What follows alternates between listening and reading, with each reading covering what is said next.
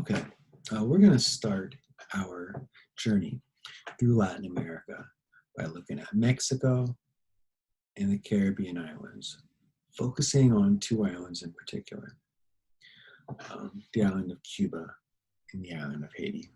But let's start in Mexico.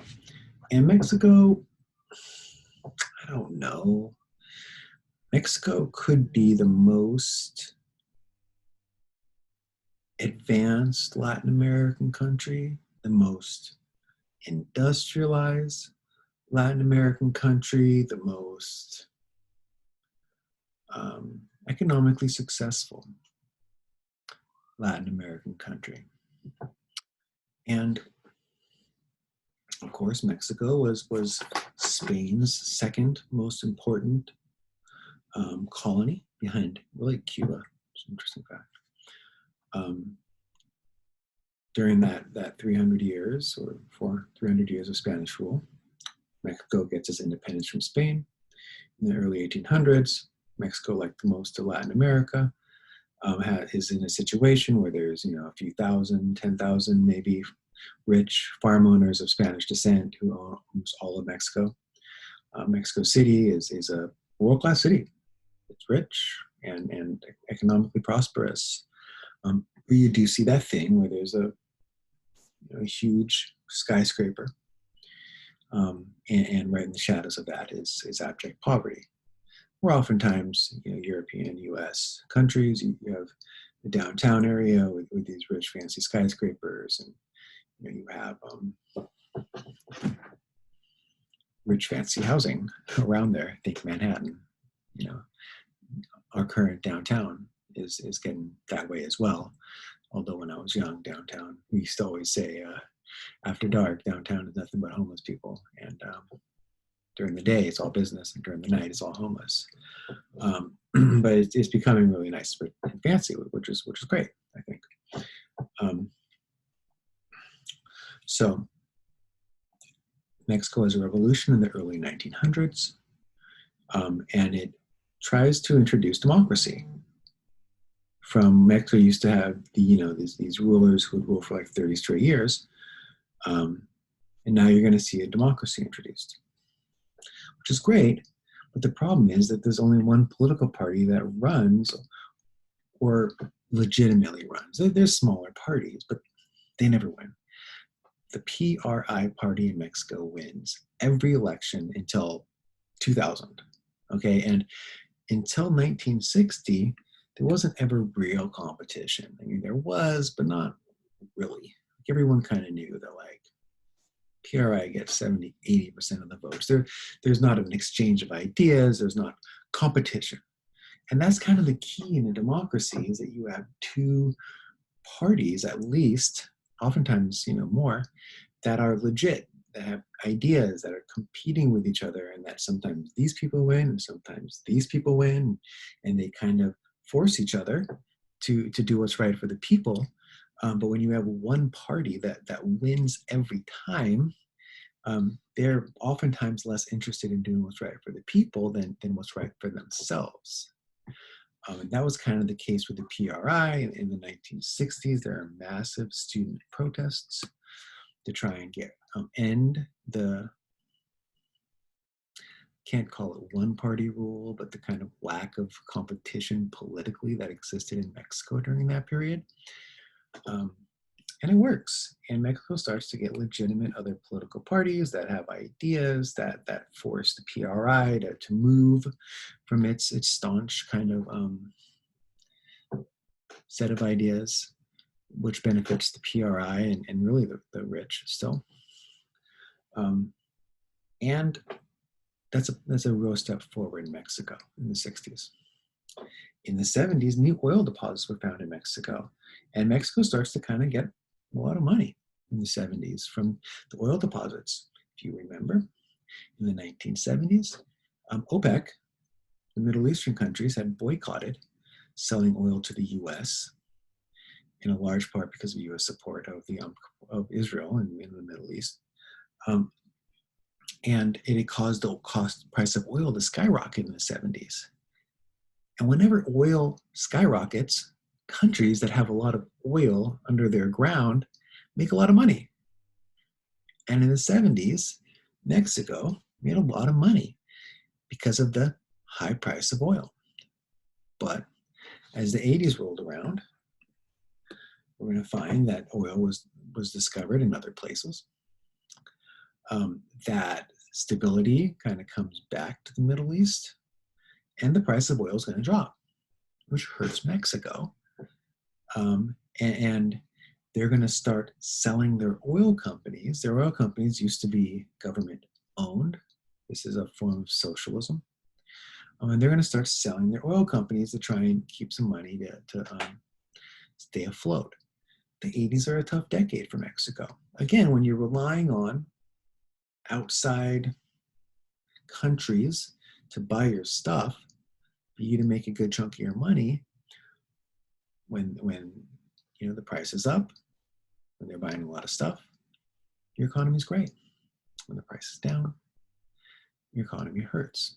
And Mexico, like all Latin American countries, is kind of in that spot. They don't have a lot of manufacturing. In 1994, the US, Mexico, and Canada enter a trade agreement called NAFTA. And this allows all three countries to trade with each other without having any tariffs or any taxes on it. And this is a temporary boost for Mexico because a lot of American and Canadian companies start establishing factories and manufacturing in Mexico, which brings a lot of jobs to Mexico. Now, they're not high-paying jobs, but they're high enough that you can support a family in Mexico. Maybe not enter the true middle class, but maybe come close. We're going to find that it hurts the Mexican farmers because now you can buy American corn and American farming goods with no tariffs, which hurts the poor peasant farmers of Mexico.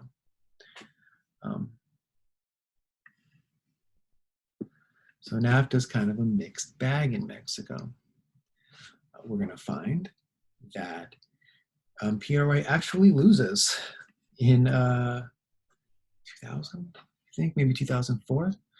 And although they come back to power, it does show that Mexico has legit two political parties, and there's two ideas competing for votes out there, and that's a real positive.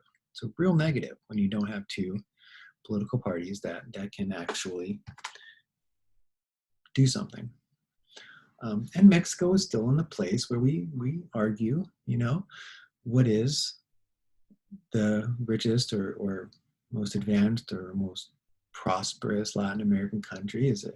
And Mexico is sometimes considered the one.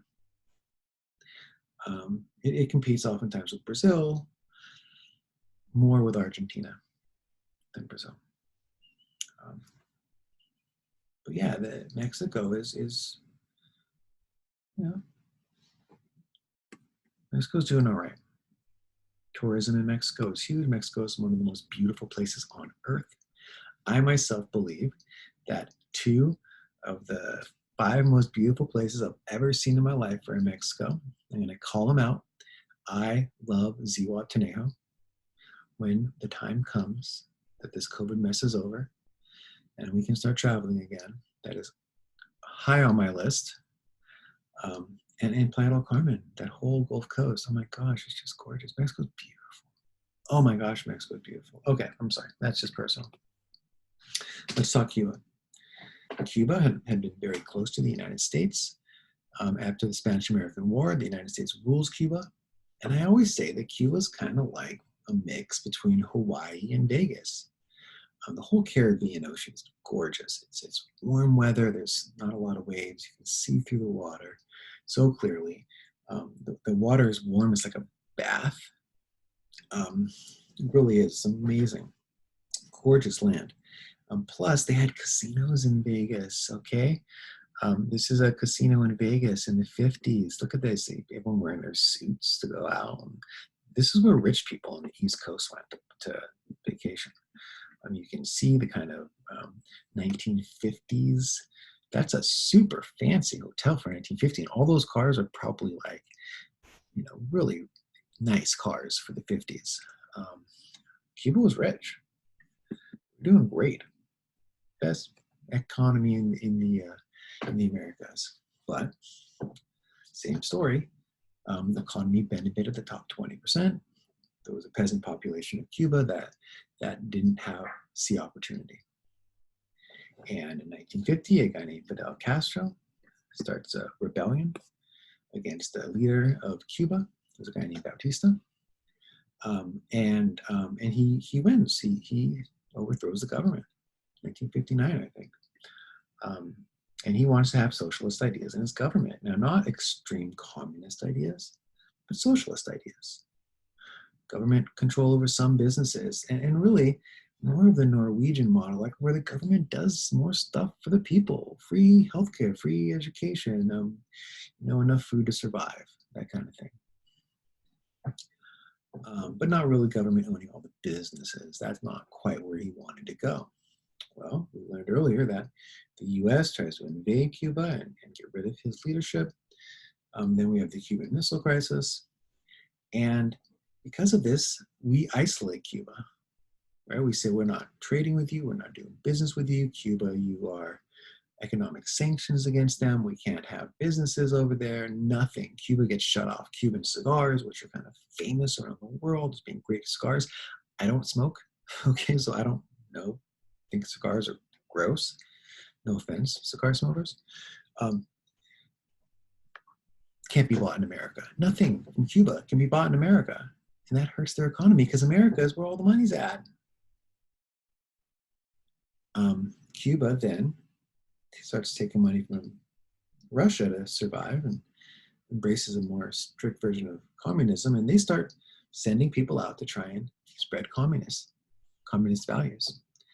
We're going to see that Che Guevara becomes one of these people. He's actually not Cuban, but he works with Castro to try and spread communism in Central and South America. And that really, Cuba, when the Cold War ends, Cuba and the Soviet Union stops pumping money into Cuba. Really in the 80s, the Soviet Union is losing money. They stop giving money to Cuba. Cuba starts to get to become a very poor place.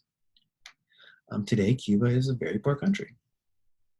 If you ever see a picture of modern Cuba, what you'll see is that all these same cars are on the road because we stopped selling them our cars. You know what? Let me find a picture. It'll be fun. Let's just have fun here. All right, this is the picture I found. And really, this is it, right? This is Cuba in a nutshell.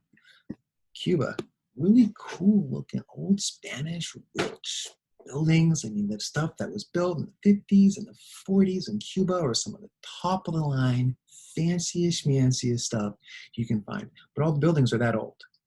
And look, the American cars were so well built that they're still driving American cars. They just keep fixing them. But they're the 50s cars, which are cool, but now they're all old and rickety. They drive though. Go America automobiles of the 50s. And you know, Cuba's though, it's a lot of Europeans visit, but the biggest, richest country right next door, you can't travel there. You know, when Obama was president, he tried to open the door to Cuba and allow us to trade with them a little bit and allow a little bit of tourism. And you had to apply for a special program, but you can go. I had a buddy who went. He was like, it was mind blowing. One of the coolest places he's ever been. You know, it's still very Latin American, but all the buildings are so cool and old and rich and fancy and 50s style, colorful, gorgeous. He just loved it. I want to go to Cuba so badly. But communism hurt Cuba. You know, I remember one time when I was watching the 2000s, I got into, paying attention to what was happening in the world. I was in my 20s and September 11th happened and I was like paying attention. And now, because before that, I was a young kid, just kind of focused on my moment, my Lakers, I guess.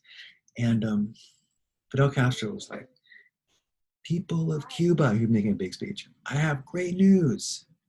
And he reaches down under the platform and he pulls out like a stainless steel mixing bowl that goes, I'm giving all Cubans, remember communism, they give you everything, right? A free mixing bowl. The women of Cuba can now have a brand new mixing bowl to mix their masa. And people in the audience were like, yeah, go Fidel. Thanks for the mixing bowl, buddy. Love it. You know, and I'm looking at it and I'm saying, I think I saw that at like Sears for like, you know, or Ralph's for like $5 or something. You know, it's not like that. So it's not something you make an announcement and a speech about in America. I'm giving you a $5, $10 mixing bowl. Maybe it's, you know, 20, but you know what I mean? But in Cuba, because of communism and the way it works, the government provides you with just enough to survive. You know, famously in Cuba, they have it's free education. So they have a ton of doctors, right? Okay, that's great. But you don't make money as a doctor. It's not like in America where, you know, doctors make a ton of cash. I'm not a doctor. You know, good for them. Go to school to be a doctor. I want my daughters to. So, right? You're like, Cuba. Fidel died. His brother took over. Now his brother's getting up there in years. And there's rumors, I hear people saying, like, well, if Fidel Castro brothers die and then maybe they have an election and someone new gets in there, maybe we'll open the door even more for them. But during the Trump presidency, he slammed the door shut. He said no dealings with Cuba. And a lot of people, especially, you know, refugees, Cuban family members and relatives and Cuban descendants. Cuba, there was a lot of people who had to flee Cuba when Castro left. And there's still a lot of anger out there against him, specifically in southern Florida, where so many Cuban immigrants went. And you know, maybe you're playing politics to try and make sure that you get that Cuban vote, right? But yeah, Cuba's just, well, Cuba's not doing as well as it could be. And I hope, you know, gosh, I hope that it gets better. Okay, let's talk last country here about Haiti. We can talk about some of these other countries briefly. Let me just touch on them. There's Jamaica. It's not in the book, but you know, Jamaica is. The thing about all these islands, you guys, is that 50% of the slaves who came to the Americas ended up in these islands. And these islands are made up largely of descendants of slaves. The Native Americans who lived there before the slaves, a lot of these people, their blood has kind of disappeared. You know, famously Cuba, I think it's called the Taino people. They say, oh, there's no more Taino bloodlines in this whole island, right? It's horrible what happened to the Native Americans, not just in our country, but all through this area. Puerto Rico is an American colony. They just had a huge hurricane run through, and they still haven't gotten all the electricity fixed, like almost 4 years later. Now that's an American colony, right? That's the one that those are Americans, 3.5 million of them. All these gorgeous, beautiful islands and vacation spots, one of the most beautiful place on earth. I had my honeymoon in St. Martin. Oh my gosh, I have to go back. Top 5 place in the world. I love St. Martin. I can't ever express how much I love that place. Anyone who hasn't been there, it's amazing. All the Caribbean's amazing. I've been to Jamaica, that Rastafari culture, so cool. And there's the Cayman Islands. This is like a rich banking island. Like I went there. There's all like crazy rich fancy buildings there, and like all these people like offshore money in the Cayman Islands. It's kind of like Switzerland, and super rich and fancy. Super rich and fancy. And the Bahamas, there's some American Bahamas. These are vacation spots, right? But Haiti is unique and different, okay? And one of the things that makes Haiti so cool, I've been to Haiti, very poor, very, very poor. And half of the island of Haiti is the Dominican Republic. Think Sammy Sosa, professional baseball players. I think the highest percentage of people who play professional baseball in the world come from Dominican Republic outside of America. But Haiti, okay, this island of Hispaniola, in the 1970s was the only American country to have a slave rebellion and kick the owners out, the Europeans out. They kicked out the French. And some people say that the French are still mad. Everyone is still mad at Haiti for that. I don't know if that's true. I think it's really cool of them that they were actually able to kick the French out. And the only African slaves that got rid of the Europeans, but I shouldn't give my opinion too much. It took 25 years for France to even recognize their independence, and during that time, they weren't an international country. They didn't get deals. They just got left to rot. Okay, this began over a century of debt that still hurts Haiti. In 1914, the Haitian president was assassinated, and the U.S. comes in and occupies the land for 20 years to prevent instability. In 1934, the U.S. gives this country back, and Haiti has a democracy. And I mean, it's not a rich country by any stretch of the imagination, but it's working in that direction. It's trying to get better and better. And in 1957, the Haitian government fails again. And there's a military coup, and a strongman dictator, I think his name like Doc something, takes over, and he's like kills tens of thousands of people and kills anyone who disagrees with him. Rules with an iron fist. And the people of Haiti suffer again. Gosh, I can't believe I forget that. In 1986, let me look it up. I shouldn't leave anything hanging like that. Okay, his name was Baby Doc. Baby Doc, what? Duvalier, French word. Okay. And he ruled by force. He kills people. He's a horrible dictator. Okay. In 1986, after 30 years of family dictatorship, they get an elected leader, and he's kind of a good guy. The U.S. actually has to come in like 88 and put down an attempt to overthrow him by probably people connected to him. There's no proof of it, but that's probably what it was. And then again, I think in like 96, the U.S. comes in. The U.S. is kind of trying to help this guy and democracy stay in power. Because here's the thing, this guy who got elected, let's get his name. There it is, John Bertrand Aristide. So the U.S. tries to keep him in power all the way until I think 2002, when he is officially overthrown.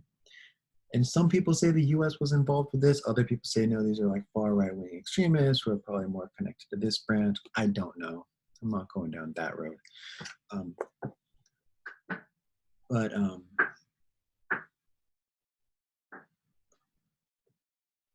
they then end up back under like military dictatorship. And then, oh, check this out. There's a hilarious story. I have to find these things.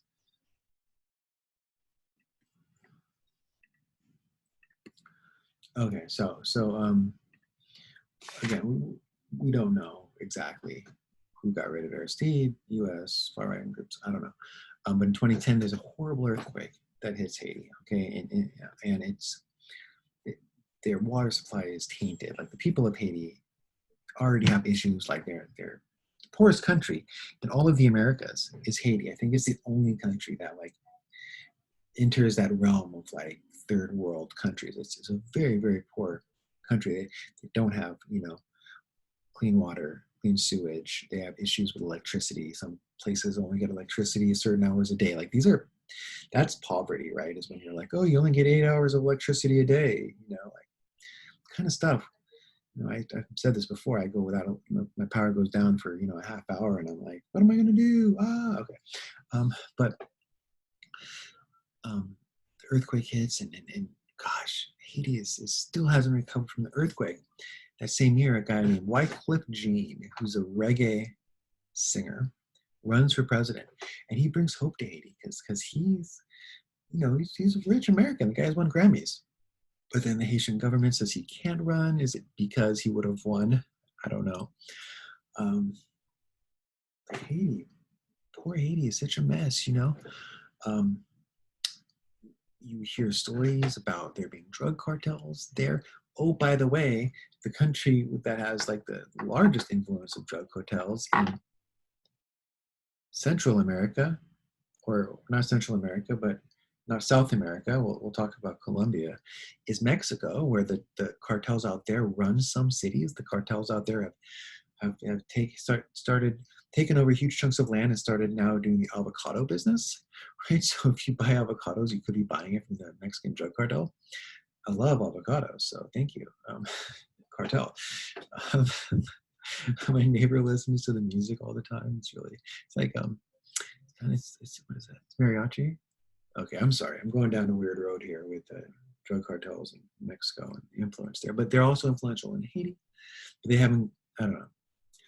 Haiti's in a bad place, you guys, and it's really so tragic because they're the only country in the world that fought off European slavery, and there was a slave rebellion. The slaves won, and then there's that whole story. Like, is that why they're still so poor? That'd be horrible to think that is true. Gorgeous, gorgeous island. Voodoo is a big part of their culture. I went there and I bought a mask, voodoo mask, from a guy who had a hut. I went on a cruise. The cruise line controls like a whole chunk of the island. Talking about corporations controlling your company, they like sold off a huge corner of the island just to a cruise company so that they could bring their ships in there and be safe. This place, you guys. Okay, that was long. But yeah, we talked Mexico, and with a last minute reference to the drug cartels when we talk about modern Mexico. Really important to understand the influence they have there. And then the Caribbean. Oh my gosh, you guys, in my opinion, those are the most beautiful places I've ever been. Mexico and the Caribbean, most gorgeous places on earth. Mexico has some of the best land, but oftentimes the farming it's not like mechanized like American farming, and they just don't make the money. I guess unless you're the cartels and you're pulling in avocado money. I have to stop. I love those places.